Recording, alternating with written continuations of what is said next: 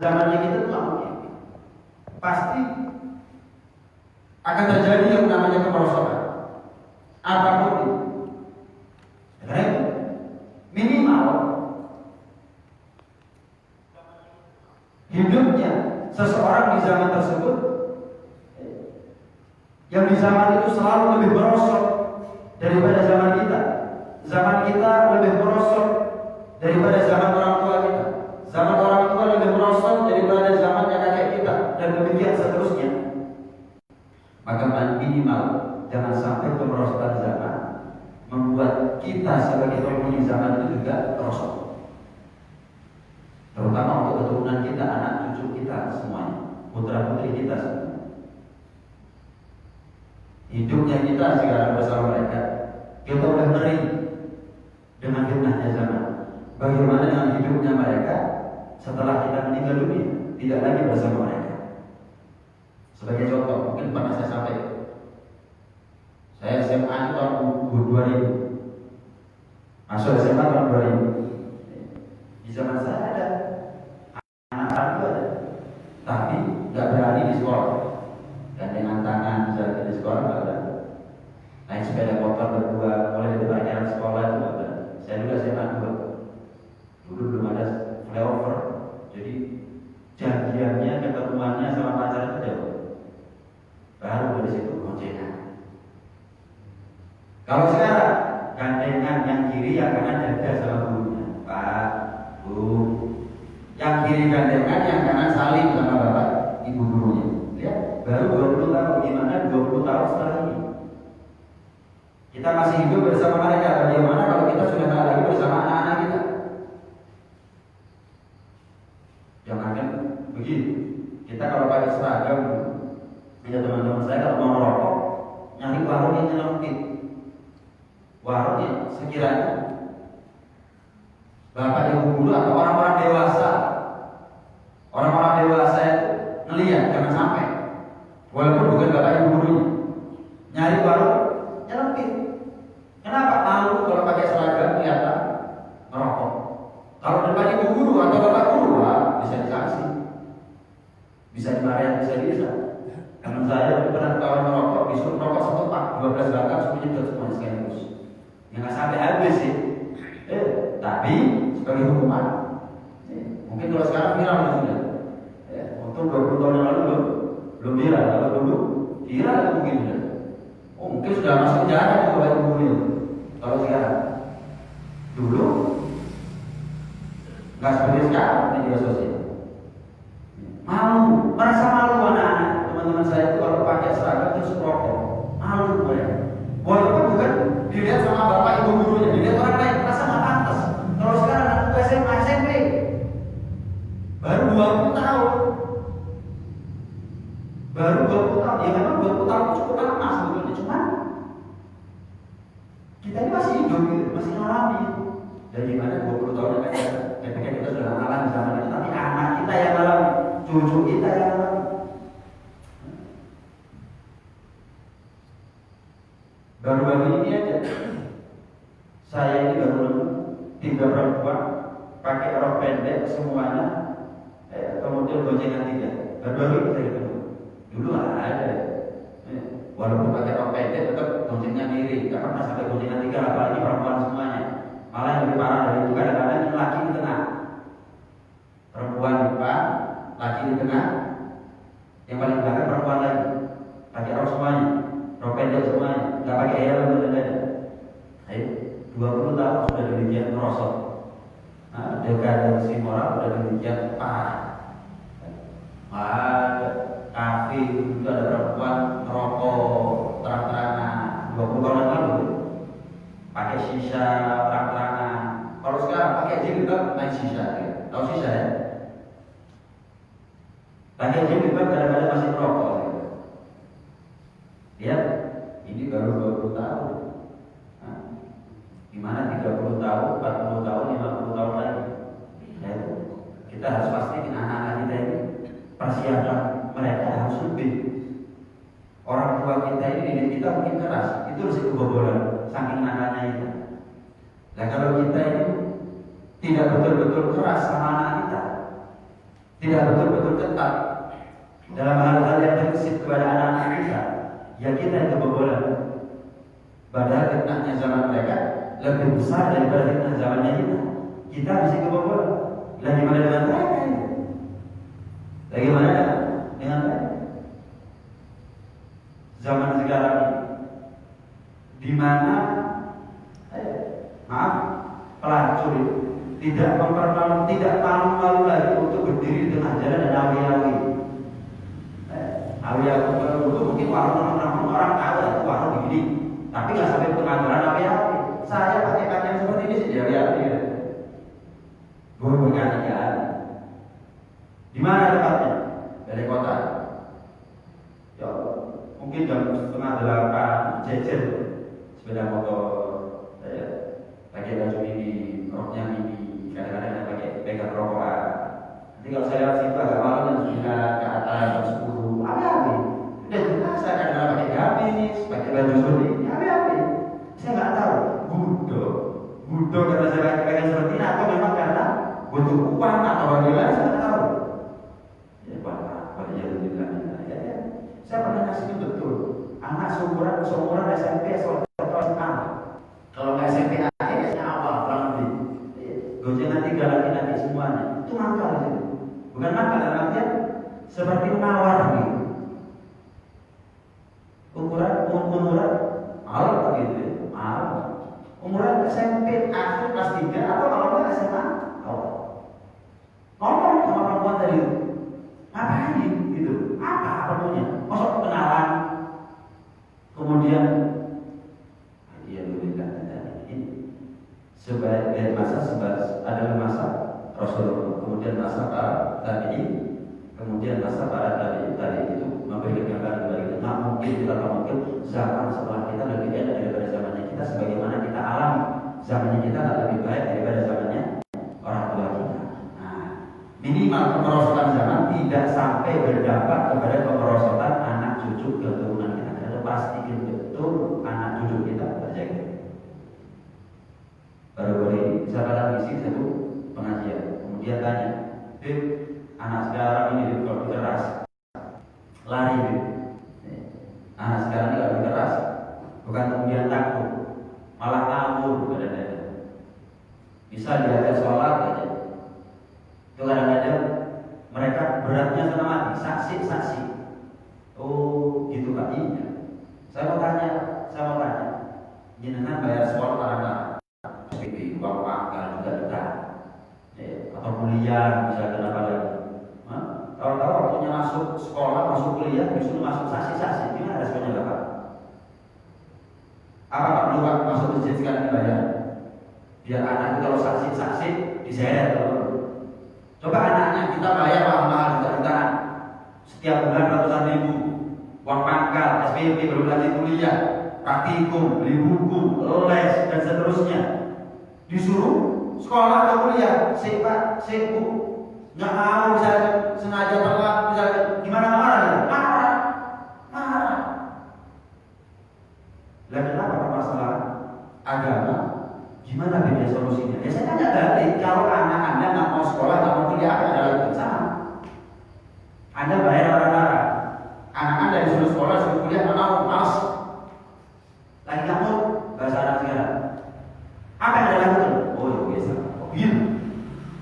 Apa perlu masuk masjid sekarang dibayar? Jadi biar nggak saksi, kemudian orang tua jangan habis. Anak sekarang kalau dikerasin ngawur dan terus anaknya kalau sekolah apa? Berani kok dikerasin. Kalau anaknya nggak sekolah dia berani orang tua kerasin. Tapi dalam urusan prinsip agama, anak sekarang kalau dikerasin. Tapi urusan sekolah dikerasin. Rakota, loh ini kok tujuan hari nggak masuk? Kemana ya? Alpa yang lagi izin, boros, kamu. Nilainya merah, kamu. Itu keras. Kok nggak takut? Wah sekarang tuh kalau dikerasin bisa bijak, bisa ngawur. Kok keras? Urusan agama. Anak sekarang keras ngawur. Baiklah. Standar ganda. Dan cuma sepeda motor ada standarnya. Ini juga standar ganda. Bukan matematika. Ilmu matematika penting, tapi bukan ilmu matematika buat anak kita menjadi anak soleh-soleh. bukan ilmu biologi, bukan ilmu umum. Ilmu umum penting. Untuk karir, pekerjaan, titel itu penting, ijazah penting, tapi itu tidak menjadi faktor akan kesolehan anak kita. Ketika kita ingin anak kita menjadi anak yang soleh, pastikan bahwa kita sudah memiliki aturan yang jelas sebenarnya. Aturan yang jelas. Tetap keras dalam urusan agama, dalam urusan prinsip itu hal yang wajar, tidak ada masalah. Anak kita umur 10 tahun, kalau nggak mau sholat, boleh kita pukul, asal bukan pukulan yang jauh. Sekedar memberikan efek jerak biar dia takut sehingga dia terbiasa setiap hari kapan diperintah sama orang tuanya sholat berangkat, nggak saksi. Itu adalah tanggung jawab orang tua. Apakah ada yang salah dengan aturan syariat? Kalau Nabi saja memerintahkan kita sebagai orang tua kalau punya anak umur 10 tahun disuruh sholat nggak mau, pukul, dia kapok, biar dia mikir kalau mau sholat itu. Apakah salah Nabi ngasih aturan seperti ini? Ngawur benar, kekerasan olahraga dengan ini. Oh Nabi ini nggak relevan lagi ajarannya. Wah, anak sekarang kalau gitu tinggal deh. Salah berarti. Ya, saya katakan ilmu umum penting, tapi ilmu umum satu kadang-kadang ilmu umum buat duit. Kenapa kalah sama nasi? Saya kayak teman saya ekonomi banyak, tapi kerjaan bengkel juga banyak. Dan buat apa sudah kerja bengkel sama orang lain? Bukan saya merendahkan profesi seseorang ya. Tahu itu sudah teknik sekalian. Tidak buat duit. Kalah sama nasi. Tahu begitu, yang penting kalau usah kuliah, dia belajar teknik dari itu atau tidak, belajar sama orang sampai cari pengalaman. Tahu gitu, yang penting dia uang ratusan juta untuk kuliah dibuat untuk bangun bengkel daripada sekarang dia kerja di bengkel tapi sama orang. Ini gambarannya. Tapi kalau ilmu agama, mana ada ilmu agama kalah sama nasib? Nasibnya apapun yang terjadi pada diri kita, tetap kita butuh pada ilmu agama. Apapun nasibnya kita, mau apapun profesinya kita, apapun status sosialnya kita, tetap kita butuh. Tidak ada. Itu orang tua saya, abang dulu, nggak ada istilahnya mondok itu mahal itu nggak ada. Selain mampu, selain mondok mahal. Beli kita mempelajari ilmu agama, guru ngaji, SPT sebulan 500.000 nggak mahal. Kenapa? Sampai akhirat mahal. Sampai akhirat belajar matematika menentukan sudah ada kalkulator, sudah ada komputer. Belajar biologi menentukan sudah ada Google. Bingung cari di Google ketemu semua jawabannya. Kesannya buat. Saya punya teman kerja karena sarjana ekonomi kerjanya di bank. Maka orang apa ya kerja di bank? Terus itu menjadi modal dia menjadi anak yang soleh-solehan. Modal dia sebagai orang tua untuk punya anak yang soleh-solehan. Bukan saya gembosi itu belajar umum, ya. Cuma ada prioritas di atas prioritas. Ilmu umum itu semuanya penting buat kita. Itu adalah prioritas kebutuhan zaman. Tapi ada yang lebih penting daripada itu. Walaupun tak pakai kita. Apa itu? Sarjana dari kesolehan anak kita. Bukan sarjana 1, S1, S2, S3, strata 1, 2, 3. Soleh itu juga SS. Soleh kerja. Itu lebih penting. Kalau ada rumah kebakaran, kemudian anaknya lagi asyik main game, lagi asyik nonton TV, rumahnya kebakaran. Apakah kemudian kita ini nyerah sama anak? Ayo selamatin diri, nak. Ayo kamu lari. Ayo kita ini keluar dari rumah ini kita lagi kebakaran. Alhamdulillah. Terus anak kamu pak, bu, apa yang tahu? Oh ya wis pak, bu, ya wis gitu. Maka kita pasti kita sehat ya. Lalu bagaimanapun anak kita semakin dekat dengan neraka, ketika dia mulai ngentek urusan syariat, urusan sholat dan seterusnya, saksi-saksinya mereka kita anggap lumrah. Saksi-saksinya mereka kita anggap lumrah. Mungkin. Ada lagi kesalahkaprahan zaman sekarang. Ini penting. Salah kaprahnya kita di zaman sekarang. Ketika anak kita masih kecil, usia 5, 6 tahun, 7 tahun, belum sholat, belum wajib sholat, dia aja ke masjid. Dia aja. Cuma begitu mereka mencapai usia yang mereka terkena kewajiban sholat balik, kan dia lagi ke masjid. Seharusnya ketika anak itu usianya masih dini diajak ke masjid, belum wajib sholat, bagus, itu bagus. Tapi jangan sampai kedot di tengah jalan, istiqomah mengajak anaknya ke masjid. Minimal subuh, maghrib, isya. Dulu mungkin di mana kami dalam sehari kenapa belum sekolah, masih tahu dan seterusnya. Dan kalau sudah ada usia SMP, SMA, mana? Ini sekarang di mana? Padahal kita pasti berharap saya punya anak soleh-soleh. Kenapa nggak kita aja? Pertanyaannya. Dulu ketika anaknya masih usia dini, diajak 5-6 tahun, 7 tahun, diajak sekolah, masya Allah.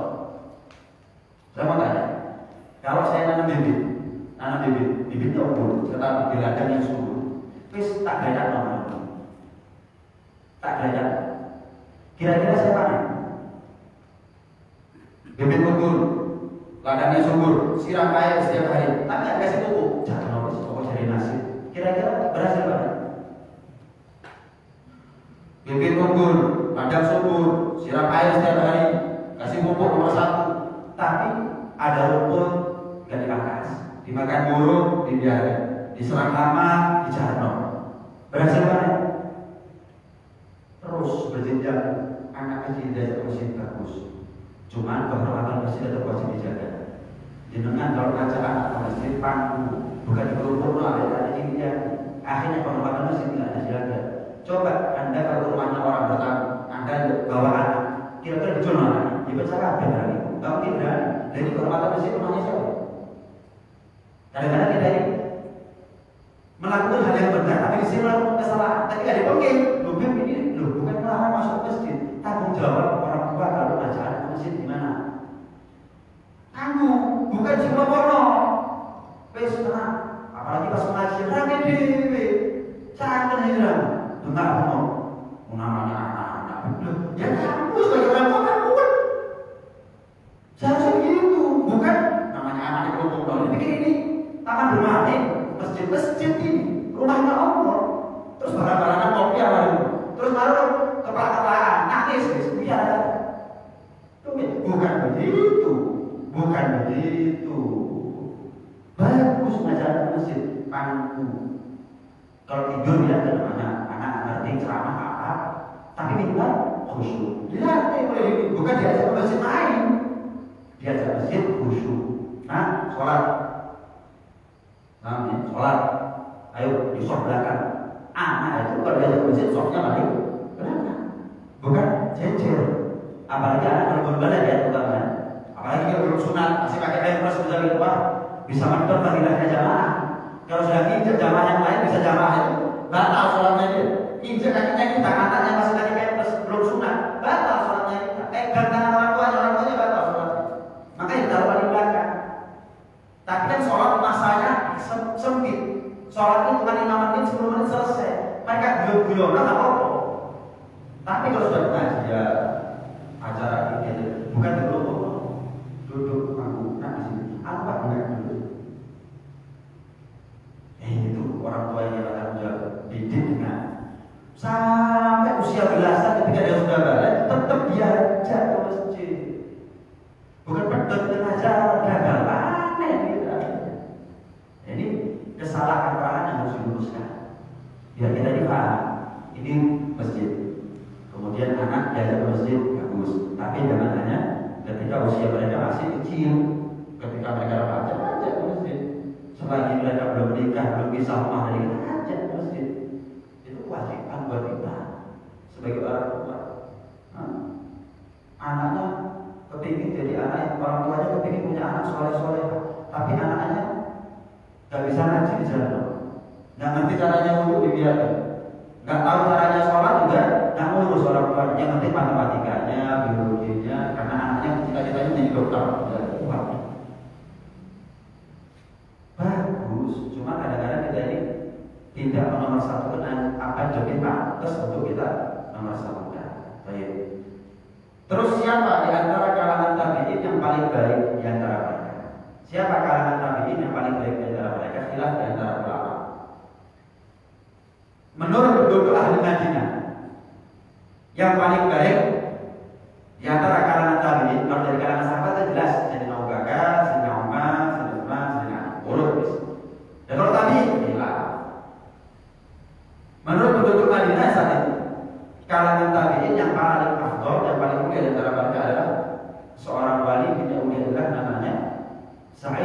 Musayyab. Sa'id bin Musayyab. Sa'id bin Musayyab itu belajar kepada Sayyidina Umar, pernah belajar kepada Sayyidina Uthman, pernah belajar kepada Sayyidina Ali, pernah belajar kepada istri-istri Nabi, Ummu Salamah, Siti Aisyah, pernah belajar kepada Abdullah bin Abbas, sepupu Nabi, pernah belajar kepada Sa'id bin Waqqas bin Abi Waqqas, Zaid bin Taqwa, kan sampai beliau diambil mantu oleh sahabat Abu Hurairah. Sahabat Abu Hurairah itu adalah sahabat yang paling banyak meriwayatkan hadis. Orang yang pernah belajar langsung sama Nabi yang paling banyak meriwayatkan hadis namanya Abu Hurairah. Nah, Sa'id bin Musayyab diambil mantunya Sayyidina Abu Hurairah. Luar biasa. Sa'id bin Musayyab. Apa istimewanya? Banyak sebetulnya. Yang pertama, beliau itu seumur hidup hajinya 40 kali. Oh ya gampang deh hidup di Madinah. Gampang setiap hari, setiap tahun haji gampang. Siapa bilang?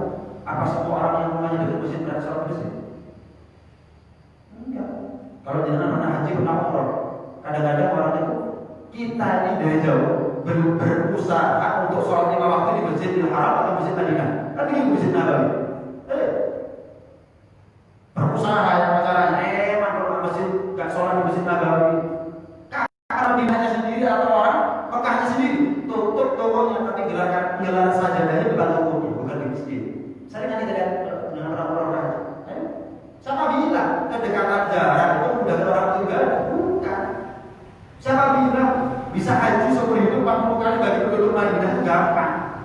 Apalagi di zaman itu sekarang aja 5-6 jam naik bis, 5-6 jam berjalan. Dari zaman itu naik onta 40 kali dalam seumur hidup setiap tahun haji.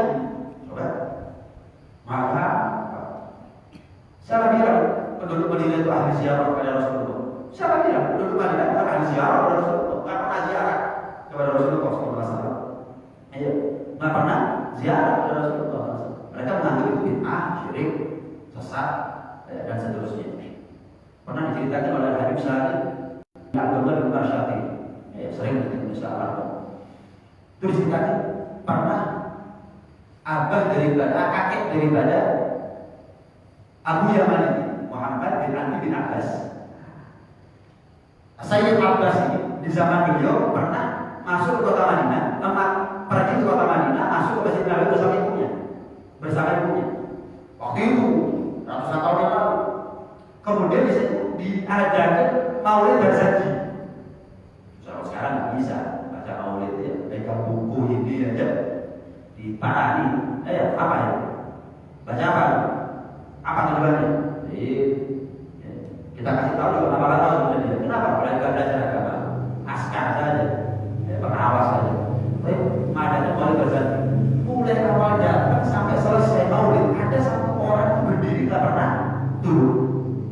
Orang itu ada maulid dia duduk, waktunya dia baru berdiri. Kan ini gitu. Ini dia mulai awal datang membaca maulid sampai selesai berdiri terus. Tanya saya Abbas, kok berdiri terus? Saya pernah dulu nggak senang sama acara-acara seperti ini. Karena ziarah Rasulullah saya pernah. Sekali waktu saya mimpi ketemu Rasulullah.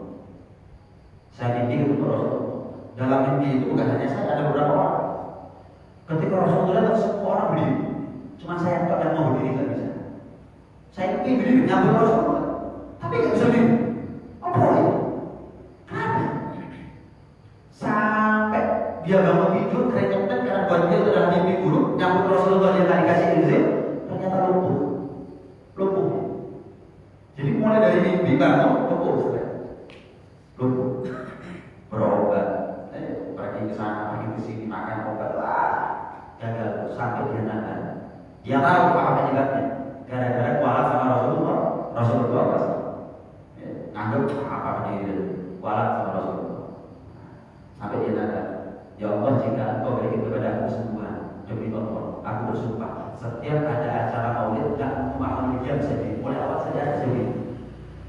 Subhanallah, Allah kemudian dia kasih kesembuhan. Akhirnya dia laksanakan setiap dia dapat maulid, menghormati Nabi, berdiri mulai awal acara sampai selesai acara. Saya bilang orang itu ibadah karena kekuatan fisik. Kadang-kadang orang itu angkat garbel bisa, angkat angkat sarung orang ada. Aja saya, ya bukan masalah enggak. Maksudnya apa? Kenapa? Kita ini ibadah, makmur ke masjid, berangkat berjamaah, itu bukan karena kekuatan fisik, kita puasa bukan karena kekuatan fisik, tapi kekuatan hati. Inna ma ya'muru masajid man amana billahi wal yawmil akhir. Ila akhir. Orang yang memakmur ke masjid itu hanya orang beriman. Kalau tidak beriman, tidak mungkin mampu untuk makmur ke masjid. Jadi, Al-Imam Sa'id bin 40 kali pernah berangkat haji. Apalagi kemuliaannya, Al-Imam Sa'id bin Musayyab, beliau itu 50 tahun berangkat ke masjid, sholat berjamaah di belakang imam. Sholat pertama nggak pernah ketinggalan takbiratul ihramnya imam. 50 tahun, bayangkan. Coba 5 tahun kita, sekolah orang kita, alhamdulillah sudah 5 tahun. Sekalipun saya nggak pernah ketinggalan takbirnya imam. Imam takbir saya takbir. Wah, nggak ada itu. Nggak viral ini. Ini 50 tahun. Yang ngomong bukan saya sholat enggak, tapi orang-orang yang ada di sekitar beliau memproklamirkan ini orang hebat. Bukan mengaku-ngaku tapi diakui orang hebat. 50 tahun sampai diceritakan orang-orang yang hidup di zaman beliau, orang-orang yang hidup di zaman Al-Imam Sa'id bin Musayyab. Selama aku hidup dengan Sa'id bin Musayyab, kalau sudah kami berdua masuk masjid, Sa'id itu tidak pernah lihat bentuknya saya dan saya tidak pernah lihat wajahnya saya. Kalau sudah saya dan Sa'id masuk ke dalam masjid, udah Sa'id tidak pernah melihat bentuknya saya dan saya tidak pernah lihat wajahnya saya. Kenapa? Orang pertama kali masuk ke masjid, orang pertama kali keluar dari masjid. Pertama kali masuk, jadi tidak ada ceritanya orang lain pernah lihat wajahnya saya. Belum ada yang masuk, udah masuk. Gak pernah lihat bentuknya, jamaah. Kenapa? Terus buyar, baru keluar. Al-Imam Sa'id saya baru keluar. Jadi gak pernah buyar, baru keluar. Sendirian, rame, jadi sepi, baru.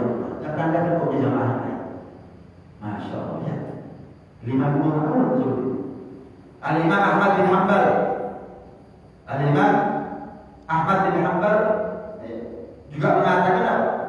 Yang pernah aku saksikan 30 tahun, sejak 30 tahun yang lalu Al-Imam Sa'id bin Musayyab itu selalu masuk masjid sebelum ada, belum ada di masjid. Ini lebih hebat lagi. Kalau tadi kan ketinggalan takbirnya imam sholat pertama, bisa jadi berangkat dari rumah setelah ada bisa masih nututi.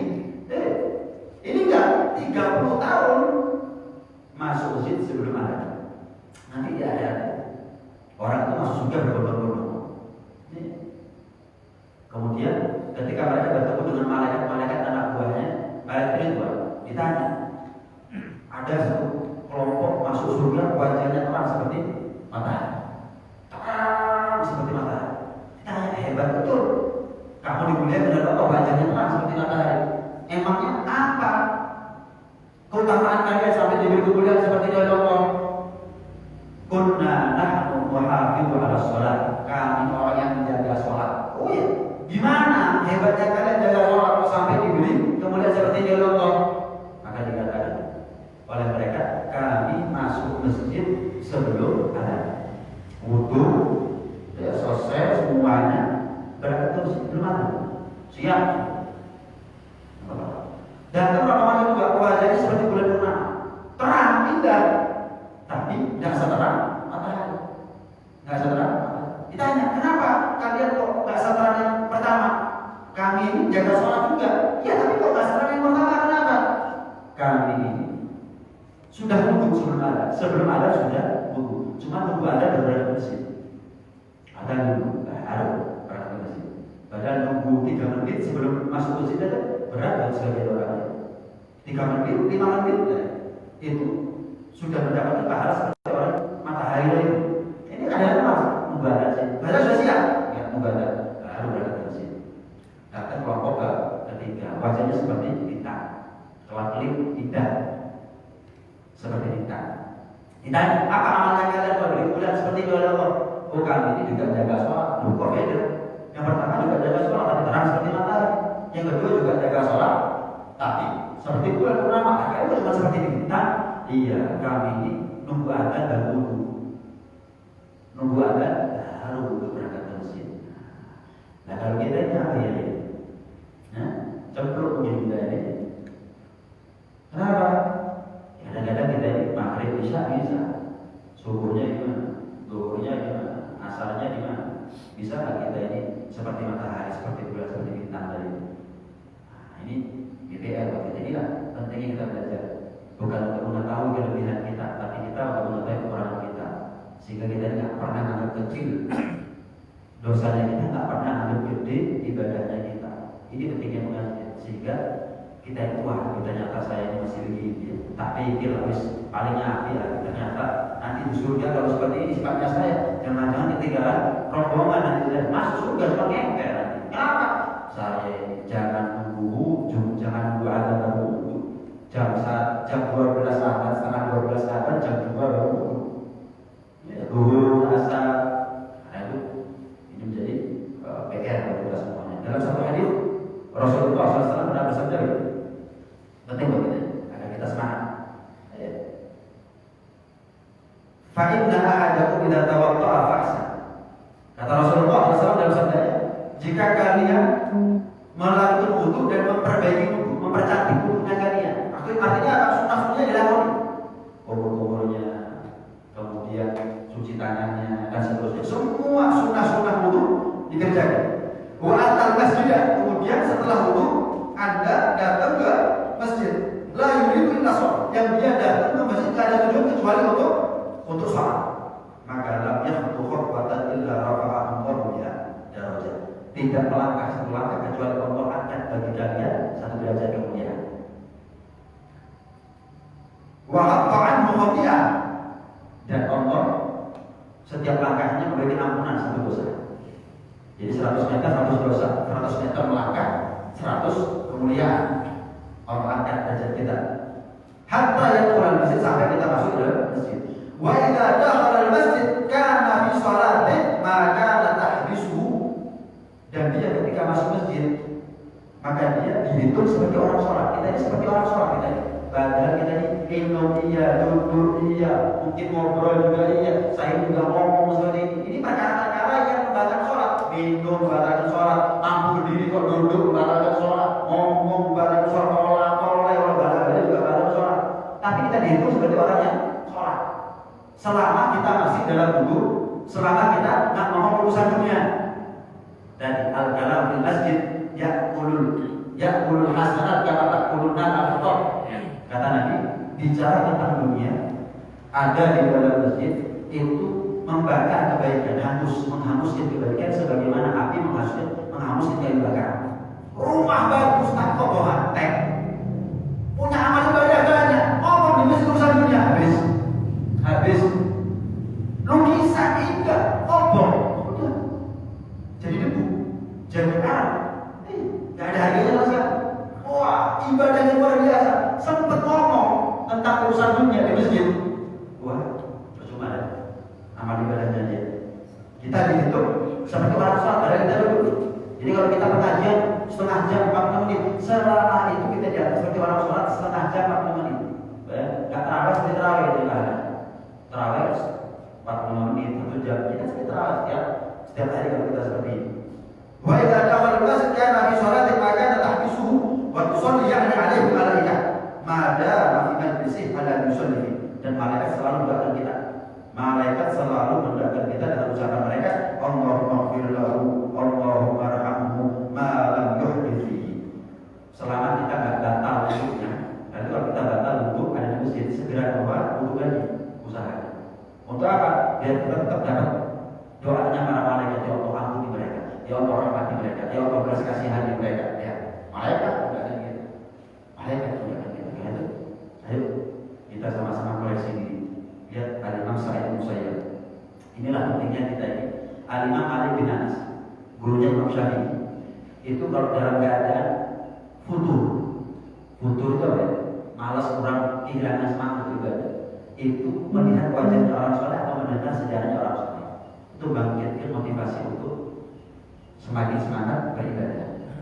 Ya, semakin semangat beribadah. Sama seperti HP ya, masa sampaikan ya. HP ada listriknya, kabel charger juga ada listriknya. Tapi kalau nggak kita fungsikan sebagaimana seharusnya, ya ada terus. Kita ini kadang-kadang drop malas mau ini malas ibadah juga malas. Ahli tahajud tapi pasti pernah kita malas. Ahli puasa Senin Kamis pasti pernah tergoda gitu. Nggak mau serius. Macam-macam. Cara jaganya bagaimana? Satu di antara itu melihat wajah orang soleh atau mendengar sejarahnya mereka. Itu ngeces. Kita ini kalau sudah habis drop nyari listriknya, nyari apa? Nyari listriknya. Kalau kita ini sudah dalam keadaan drop, gimana kita cari orang soleh atau cari pengajian yang dibahas tentang orang soleh. Itu ngeces. Dan kalau kita sudah hadir pengajian lihat wajah orang soleh, kalau nggak ngeces, berarti hatinya rusak. Nah, jangan-jangan hati kita ini mati. Dicas model gimana tetap drop. Nah, dikasih listrik voltasenya setinggi apapun tetap ada fungsinya. Nah, jangan-jangan hati kita mati. Kita belajar tentang sejarahnya Imam Syafi'i saja. Pulang tambah semangat. Kalau tambah semangat, nah, alhamdulillah berarti hati kita ini walaupun drop masih bisa dipakai dayanya. Ibarat baterai nggak sampai rusak. Hati kita kalau masih dicas, masih bisa. Tapi kalau pulang, sekarang sorok, lebih sorok dulu daripada sekarang. Ya, lebih dikuasa zaman dulu untuk taat untuk ibadah daripada sekarang. Kita masih ada sepeda motor, kapan hujan masih ada payung, macam-macam fasilitas kan baru hujan-hujanan, panas-panasan, nggak ada sepeda motor ya jalan kaki. Nggak semua orang punya kuda terus kan seharga mobil. Keledai ada kudanya belum tentu mereka semuanya punya. Nah, kalau bicara fasilitas kita harus lebih dulu untuk bisa baik seperti mereka. Nah itu tenang. Terakhir, Rasulullah SAW, manusia paling kuat hatinya, paling teguh imannya. Itu masih diceritani sama Allah kisah-kisahnya para nabi terdahulu. Nabi Adam bagaimana? Allah cerita kepada Rasul. Nabi Ibrahim bagaimana? Allah cerita kepada Rasul. Loh, kenapa? Qul naqussu 'alaika min anba'i rusuli ma nuthabbitu bihi fu'adak. Allah berfirman, semua nabi aku ceritakan tentang ihwal apa yang mereka alami waktu kepada kau. Agar apa? Agar kami meneguhkan hatimu wahai Muhammad. Kurang teguh apa? Kurang mantap apa iman dan hati Rasulullah. Tapi ya, karena pentingnya cerita orang-orang soleh, tetap Allah ceritakan kepada Rasulullah. Padahal Rasulullah yang diceritakan sama yang diceritani lebih mulia diceritani. Diceritakan tentang Nabi Ibrahim, Rasulullah lebih mulia daripada Ibrahim. Diceritani sama tentang Nabi Adam, Rasulullah lebih mulia daripada Nabi Adam. Diceritakan tentang Nabi Isa, Rasulullah lebih mulia daripada Nabi Isa. Seterusnya begitu. Nah, kalau kita diceritani sama saya Musa ya, siapa yang lebih mulia? Kita. Pentingnya cerita dalam Islam, pentingnya kisah orang-orang soleh dalam Islam. Nabi tetap cerita, isinya Al-Quran banyak cerita daripada hukum-hukum dan lain sebagainya. Banyak cerita tentang para nabi. Sampai ada surat Al-Anbiya, cerita bagaimana Allah berikan mukjizat kepada para nabi. Nah itu, ini adalah satu hal yang sepatutnya buat kita untuk menjadi beda. Apakah hati saya ini tercacah atau tidak? Tambah dayanya, kalau enggak, alhamdulillah. Untuk membuktikan itu, ayo kita sama-sama dulu. Mudah-mudahan ilmu ini menjadi bermanfaat. Bahwa di dunia sampai ada di akhirat. Mudah-mudahan ilmu ini berakhir dengan taufik dan hidayah, sehingga menjadi ilmu yang mudah untuk kita amalkan, ilmu yang memberikan